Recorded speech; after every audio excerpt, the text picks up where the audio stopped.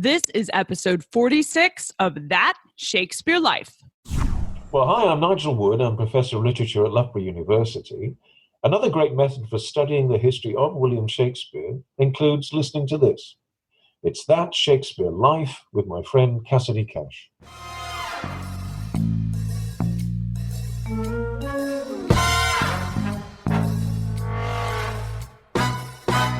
And there's something interesting about the fact that Beaumont and Fletcher seem to be initially hired by the Kingsmen to write plays, probably on a play-by-play kind of basis, around the time when they take over the Blackfriars Playhouse, which Beaumont and Fletcher already had a track record in writing for that playhouse. And so there is, an argument to be made that maybe Shakespeare is thinking, well, these guys have promise. Can we bring them in some way? After Beaumont's kind of retirement, is there a sense in which Fletcher is being kind of groomed to take over? Welcome to That Shakespeare Life with Cassidy Cash. Cassidy believes that if you desire to successfully learn or perform Shakespeare's plays, then understanding the real life and history of William Shakespeare himself is a must. That Shakespeare Life is the podcast that helps you go beyond the curtain of some of Shakespeare's most iconic works and explore the world of early modern England as Shakespeare would have lived it, learning from the writers, historians, and performers who know it best. And now, here's Cassidy. John Fletcher was a prominent playwright during William Shakespeare's lifetime, whose work came close to eclipsing that of the Bard during the height of his popularity in early modern England. Friends as well as colleagues with the King's Men, Shakespeare and Fletcher collaborated on several plays of the Bard, including Henry VIII, as well as Two Noble Kinsmen. John Fletcher was so prominent and important during the life of the Bard that after Shakespeare's death in 1616, it would be John Fletcher who took over the helm of the King's Men to run the playing company under James I. Understanding the life of John Fletcher provides a unique window into the life and times of William Shakespeare, and our guest today has done extensive research into the life of John Fletcher, and particularly his relationship to William Shakespeare. We're delighted to welcome Lucy Munro today as our guide into That Shakespeare Life. Lucy Munro is a professor of early modern literature at King's College London and author of an entire chapter on John Fletcher in the recent book, The Shakespeare Circle. Lucy, welcome to the show. Hi, thank you for having me. Who was John Fletcher to William Shakespeare? So John Fletcher and William Shakespeare probably had a number of relationships with each other. The first really was as rivals. So when Fletcher first emerges in the theatre around 1606, 1607, he's writing for a different company to Shakespeare's. So Shakespeare's writing for the King's Men, which is the company that he's also a shareholder in, and Fletcher is writing for a company called the Children of the Queen's Revels, who are based at the indoor Blackfriars Theatre that Shakespeare's company later take over. Fletcher is writing at this point solo plays, and he's also writing in collaboration with Francis Beaumont, and their plays initially aren't too successful, but then they have a really big, or seem to have a really big hit in a play called Cupid's Revenge. And then a few years later, Beaumont and Fletcher start writing for the King's Men when the King's Men have taken over the Blackfriars Playhouse. And a few years after that, when Beaumont has retired from writing plays, Shakespeare and Fletcher actually collaborate on plays as well. Lucy mentions that Fletcher's portrait shows him looking every inch the successful and prosperous playwright, but concedes that there's nothing to suggest that his relatives would have thought writing a play was a suitable occupation. Lucy, please explain why Fletcher's family would not have wanted him to be a playwright, given that the career would see him both prosperous and successful. That seems to conflict. Fletcher's background is interesting. His father and his grandfather were both clerics. So his grandfather, who is called Richard Fletcher, was one of the sort of first generation of Protestant clergymen who were ordained kind of in the wake of the Reformation, and becomes quite an important kind of local minister in Kent. Fletcher's father, who also called Richard Fletcher, also goes into the church and rises to a really high rank by the end of his career. So he's Bishop of Bristol, he's Bishop of Worcester, and he's Bishop of London at the time when he dies. And he dies very suddenly in the mid-1590s. So his family are both vehemently Protestant and also quite embedded in certain kinds of social structures. And you can see this also in the career of his uncle, who was called Giles Fletcher, who is a diplomat and also a poet. but who also is involved in kind of the shadier side of government business as well. So this is an aspirational family. They're aspiring to a high rank in different areas, so sort of public service and the church. And they do have this very strong Protestant kind of background. Writing plays is still not entirely respectable in this period. Fletcher's cousins are also writers. So his uncle is a poet, Giles Fletcher Sr., and his cousins, Giles Fletcher Jr. and Phineas, are poets, but they write mainly in non-dramatic modes. And when Phineas does write a play, it's university drama. It's not kind of grubby commercial stuff. I was going to say we should make a distinction between poetry and playwriting. They had different reputations as far as writing goes. They weren't in the same vein the way they are today.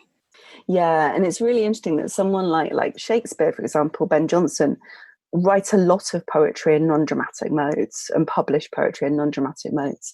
So for Shakespeare, it's the elegies, particularly, the erotic kind of poems.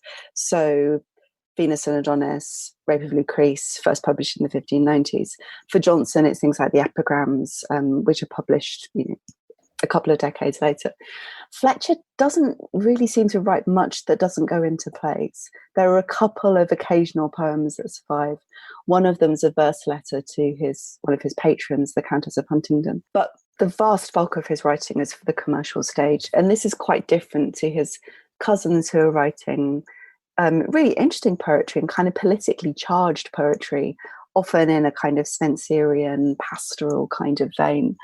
But they don't seem to have thought much of the commercial stage.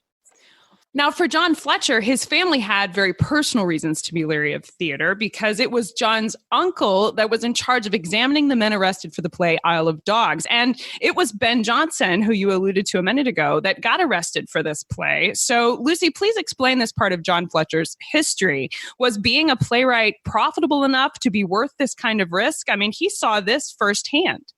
Yeah, and it's really interesting with Fletcher and politics. And I do wonder what, if Jonson knew who Fletcher's uncle was and whether that, if he put it together, right. Whether that affected their relationship later on. I mean, they seem to have been quite close, so presumably it didn't kind of affect things.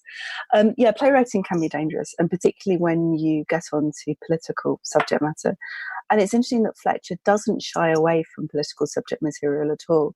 There's a play of his that survives from 1619, so a few years after Shakespeare's death, called Sir John Van Oldenbarneveldt, which is about contemporary Dutch politics. It's about somebody who was executed, a statesman who was executed, which Fletcher writes in collaboration with Philip Massenger. And we actually know that play was quite difficult to get past the censor. There are letters that survive that talk about the players are trying to get this play on and they're having problems. And actually the play has manuscript of that survives, and it has the master of the revels, so the person who's responsible for dramatic censorship, writing in the margin. And at one point he writes against a speech, "I like not this. I like not this. I like not this." Work. And he complains that the Prince of Orange is being represented disrespectfully, and says, "You have to change this." Wow. Okay. So there's a kind of negotiation that goes on with the censor a lot of the time. And Fletcher was probably, partly maybe as a result of family background and things, was quite careful, I think, in how he engaged with the censor and how he wrote political drama, that he kind of skirts the right side of trouble. Jonson had a tendency, I think, just to leap in feet first. Which seems to be his reputation overall. Yeah. Pretty much what he did in most circumstances. And so I think he's much more likely to really to push things or not to code things. I think Fletcher's quite good at putting things enough in a different period, enough in a different culture, that you get away with experimenting with ideas that would be quite tricky in a contemporary context. But as I say, the Barneveldt play is a fascinating example of how you do manage to do a play about politics and get it past the censor and perform it successfully. So he was pretty smooth at playing that game and apparently thought it was worth the effort. So yeah, I think so. Now, Lucy notes in her chapter from the Shakespeare Circle that Francis Beaumont likely played a role in Fletcher acquiring the patronage of the Earl and Countess of Huntingdon, which you mentioned earlier as being one of the only instances where Fletcher wrote poetry. Now, Lucy, why was it Francis Beaumont being instrumental in Fletcher's acquisition of that patron? So Beaumont and Fletcher are writing together from at least around 1607, maybe even a little bit earlier. And they both seem to have had university educations, but Beaumont is linked with Oxford and Fletcher's linked with Cambridge. So it's probably not until they both come to London that they meet. But Beaumont's important partly because of the way that he and Fletcher write together, and partly because of his own family background. So if Fletcher is kind of, his family is sort of aspiring middling sort, they've moved from kind of regional gentlemen to having these quite important kinds of roles. Beaumont's family are a lot more high status. So they're from Leicestershire, and they're sort of on the edges between the gentry and the nobility, the sort of upper level gentry. And Beaumont's family has family connections with the Huntingtons. So it's been argued, I think, quite convincingly that that's maybe where the link comes, and where Fletcher gets to know Beaumont. Sorry, where Fletcher gets to know the Huntingtons is possibly through Beaumont. It's through Beaumont. Now, what are the plays for which Fletcher is most well known? So this question would get you different answers, I think, depending on what period you asked it in.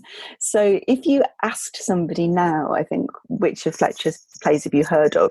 Probably actually The Tamer Tamed, or its full title, The Woman's Prize or The Tamer Tamed, might well be the one that you would think of. And this is a play that's a mock sequel to The Taming of the Shrew. So it's a play in which Petruchio has married for a second time. Catherine's died in the intervening years. And his new wife, who's called Maria, decides that if they're going to be happy at any point in their marriage, she has to tame him. So he has to kind of learn the error of his ways. And so the whole play is a kind of reversal of The Taming of the Shrew, with Petruchio in the position of the person who is constantly kind of outwitted.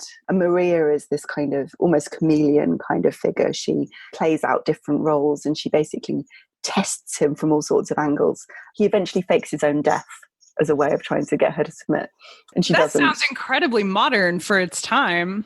She pretends that she thinks that he is dead, and that she's just and that she's just crying because he's wasted his life, and his life was so terrible and such a waste of time. And at that point, he's in the coffin, and he rises up because he can't take any more of this kind of insults. And That's she at that point fantastic. says, "Right, I've won. We can now have a happy marriage." And we can okay.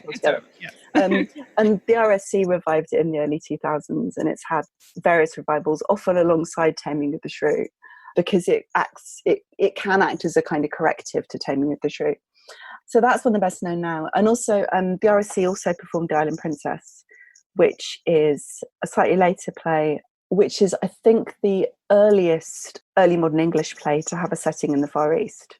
And it deals with Portuguese settlement in a pair of islands, and particularly with the sister of the king, who is the island princess of the title. And that's one that's had a recent edition by Claire McManus in the Arden Early Modern Drama series, and is kind of getting better and better known, I think. Now, if you'd ask people in the 17th century, what is Fletcher's best play, what's he known for, they probably would have said Philaster or The Maid's Tragedy would have been sort of high on the list. And these are two of the collaborations with Beaumont, so they're relatively early plays. And they're ones that have quite close relationships with the kinds of things that Shakespeare was writing around the same time. And again, they're relatively well known by scholars. So they're in the sort of among the plays of his that get written about the most. Again, actually, there's an edition of Philaster quite recently by Suzanne Gossett, again in the Arden series. So, they're sort of in the mix when people are writing about Fletcher. So was Fletcher known in his time as a successful playwright independently, or was he best known for being a really good collaborator? It's a bit of both. So you'll see him being praised just as Fletcher. And actually, when you get into the mid and the late 17th century, you often get people talking about a triumvirate of the best English playwrights, Shakespeare, Johnson and Fletcher. And that persists into the kind of the late 17th, early 18th century. And it's only really in the later 18th century, particularly the 19th century, when Fletcher's reputation really takes a nosedive, partly because the Victorians didn't know what to do with his plays because they're full of sexual material and kind of indecorous in all sorts of ways.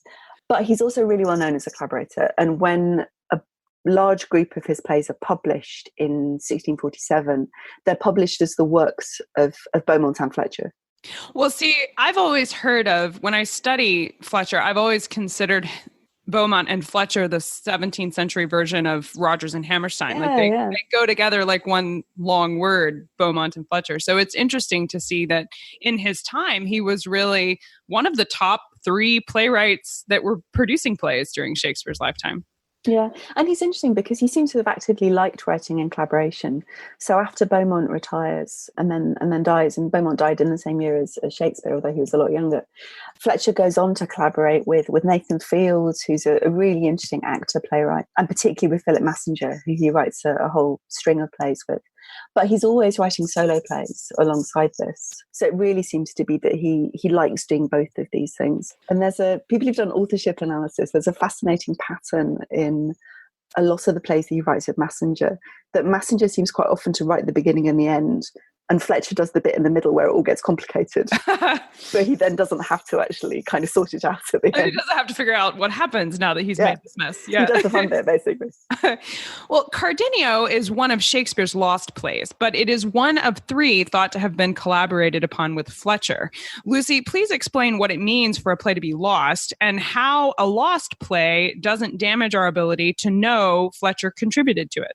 So a lost play, really, we tend to use for talking about a play where we have a title, or we have some evidence of the text, or kind of some scraps of text maybe, but we don't have the whole thing.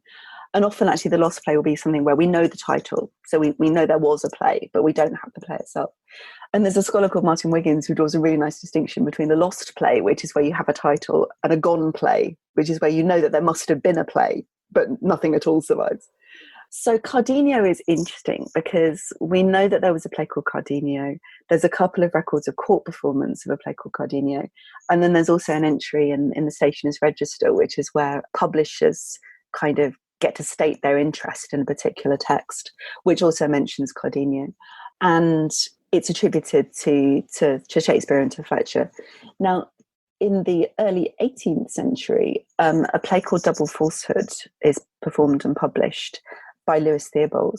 And Theobald claims that he had the manuscript of a lost Shakespeare play and that he'd adapted it as Double Falsehood. And people were skeptical about this claim, I think even at the time. In the 20th century, people started to look seriously at this claim and to think about whether Double Falsehood could have some kind of fossils of Cardenio within it, of the lost play. And so they've done various kinds of analysis, stylistic analysis, statistical analysis, various sorts.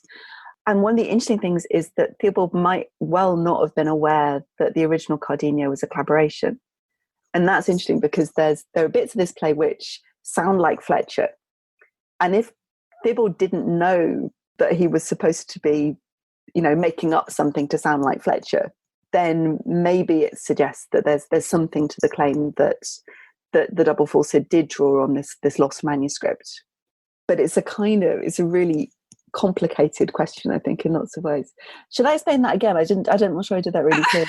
No, I think that's fine. That was a curiosity question for me personally, was that I didn't understand how it could both be lost in the sense that all we have of it is a title and then we still can know that Fletcher contributed to it. But I think you answered that because it comes from the analysis of Theobald's Double Falsehood, looking backwards at how did he put this together. So yes, I think you answered the question. Okay, that's fine. In her chapter for the Shakespeare Circle, Lucy addresses the collaborative plays between Fletcher and Shakespeare, saying, quote, "The collaborative plays challenge this biographically orientated reading of late Shakespeare." Lucy, can you please explain the distinction you're making there between early Fletcher and late Shakespeare and how the collaborative plays impact our understanding of William Shakespeare? So quite a dominant critical model for a very long time for thinking about the last plays of Shakespeare's career was in terms of late writing and late style. And this really is a sort of overarching idea that develops in the 19th and particularly the late 19th and early 20th centuries, that the final phases of particular artist or writer or composer's careers have a particular shape to them, and that it comes out of being at the end of a life or at the end of a career in some ways. And there becomes quite a dominant tradition of thinking about plays from Pericles through to The Tempest in terms of ideas about reconciliation, about tragicomic form, about a certain kind of transcendence around both the style and the kind of subject matter of these plays. And it's an odd kind of critical construct in some ways. And one of the interesting things about the collaborations with Fletcher are that they sort of unsettle our idea of why this might be late writing or why it might be late style. So Shakespeare's plays from Cymbeline to the Two Noble Kinsmen are written in contexts where he's coming into quite close contact with Fletcher. So at the time when he writes Cymbeline, Beaumont and Fletcher also write Philaster. And these two plays have a lot in common. So they have real similarities in the narrative arc, in terms of particular events, in terms of characters and things. And nobody's really ever been able to work out quite which one comes first, which is really interesting. So questions of influence are quite hard to plot. And that also raises questions. So if Philaster is a bit like Cymbeline, then what makes Cymbeline a product of this late phase of Shakespeare's writing? And the collaborative plays kind of muddle that up even more. So if you're going to have a Shakespeare late phase, you can't really stop at the Tempest. And a lot of classic kind of late play, late style readings of Shakespeare tended to view the Tempest as the retirement play. You know, they read Prospero and Shakespeare together. Yeah. I'll drown my book. Yes, you hear that a lot. And so that I thought that was fascinating, the idea that, well, we can't say that the Tempest is Shakespeare's farewell to theater because you have these collaborations with Fletcher. Yeah. And those plays, because they're direct collaborations, they're written between these two playwrights together. You know, these are relatively early plays for Fletcher. So they can't really nestle comfortably within that idea that Shakespeare is writing in a particular style because he's at a particular stage in his life or career. It challenges that idea, which is a fun way to read them. Now, after Shakespeare's death in 1616, it would be Fletcher who effectively took over from Shakespeare to run the King's Men. And that blew my mind because to me, people like Hemmings or Condell or even the Burbages would all represent people that I would have expected to at least be contenders for that spot. And then it was John Fletcher. Why was it Fletcher and not some of these others that took over from Shakespeare? I think it's to do with the different kinds of roles that different people have within the company. So Shakespeare starts off as an actor, shareholder in the playing company, playwright for the playing company, becomes a shareholder in their playhouses as well, and so has all these different kinds of roles within the company. And what Fletcher seems to take over at some point is Shakespeare's role as the central playwright, and to some extent, I guess, the person who's propelling the repertory in particular kinds of directions. I just thought of this, and I want to throw this question in there. Are the collaborative plays with Shakespeare a type of apprenticeship? Was Shakespeare preparing Fletcher to take this over? It's certainly been suggested that might be the case. Yeah. And there's something interesting about the fact that Beaumont and Fletcher seem to be initially hired by the King's Men to write plays, probably on a play-by-play kind of basis, around the time when they take over the Blackfriars Playhouse, which Beaumont and Fletcher already had a track record in writing for that playhouse. And so there is, an argument to be made that maybe Shakespeare is thinking, well, these guys have promise. Can we bring them in some way? After Beaumont's kind of retirement, is there a sense in which Fletcher is being kind of groomed to take over? Now, there are other versions of that narrative. There's a really entertaining play that thinks about late Shakespeare, which pictures it as Shakespeare's writing is getting more and more difficult and obscure, and the playing company have to bring in Fletcher to try and make some sense. Rope him in; he's going insane. Yeah. So it's a different way of thinking about that kind of final phase. But it is interesting that quite a few of Fletcher's plays think about Shakespeare and respond to Shakespeare in various ways. There's Tamar Tame that I mentioned earlier. There's also a play called The False One, which is like a sort of prequel to Shakespeare's plays about Julius Caesar, and particularly Antony and Cleopatra. So it features a young Cleopatra. There's a sustained little group of plays from the early 1620s, some of them solo, some of them written with Massenger, that are responding to The Tempest. And so there's a sense that Fletcher does pick up a kind of a Shakespeare strand within that repertory and refers back to it and kind of plays with it. And I guess the other important thing is that you have these different roles within the playing company, so that we know, for instance, at the time when Fletcher's writing for the King's Men in the 1610s, there are probably 3 or 4 people who you might think of as a driving force in the company in different ways. So you have, people like Fletcher, who, as I say, seems to be the most regular playwright, but at least about 1616 or so. You have Richard Burbage, who is still the leading actor right through to his death in 1619. And then you have John Hemmings, who seems to be the kind of business manager, is very often the person who's paid for court performances, for example. So that there is this sense of different people doing different things. And I guess who you thought of as the leader of a playing company would depend on what you wanted from that company or what you thought were the important things about that company. Well, this has been an amazing introduction to the life of John Fletcher and his influence and relationship with William Shakespeare. And we would love to learn more. And I'd like to ask you, as an expert on John Fletcher, what are some of your favorite books or trusted resources that you would recommend we check out to learn more about him? So there's a couple of really important books that came out in the 1990s that really kind of shifted Fletcher's critical reputation, certainly. There'd been a tendency first to really always think of Beaumont and Fletcher together, and second to think of both of them as royalists. And Coleridge in the 19th century notoriously referred to them as royalists, which actually, if you look at their plays, it doesn't really work. And even in the later 17th century, another dramatist could say that Beaumont and Fletcher were disrespectful in the way that they represented kings and things. But they had developed this critical tradition that Beaumont and Fletcher were royalist writers. And politically conservative writers. And you get these 2 books in the early 1990s, one by Philip Finkelpearl and one by Gordon MacMullen, which really attack that issue from different angles. And so Finkelpearl's book is about court and country politics in the plays of Beaumont and Fletcher. And MacMullen's book is about the politics of unease in the plays of John Fletcher. And MacMullen's book particularly is really important for starting to think seriously about issues of gender, issues of race, issues of politics in Fletcher's plays. And then I guess the other couple of things that I'd want to recommend might be the introductions to those 2 editions that I talked about. So Claire McManus's introduction to The Island Princess and Suzanne Gossett's introduction to Philaster, which are both really good, I think, for giving you a sense of where these plays come from, what Fletcher's doing as a solo writer, what Beaumont and Fletcher are doing as writers. Definitely going to have to ask you to spell Philaster.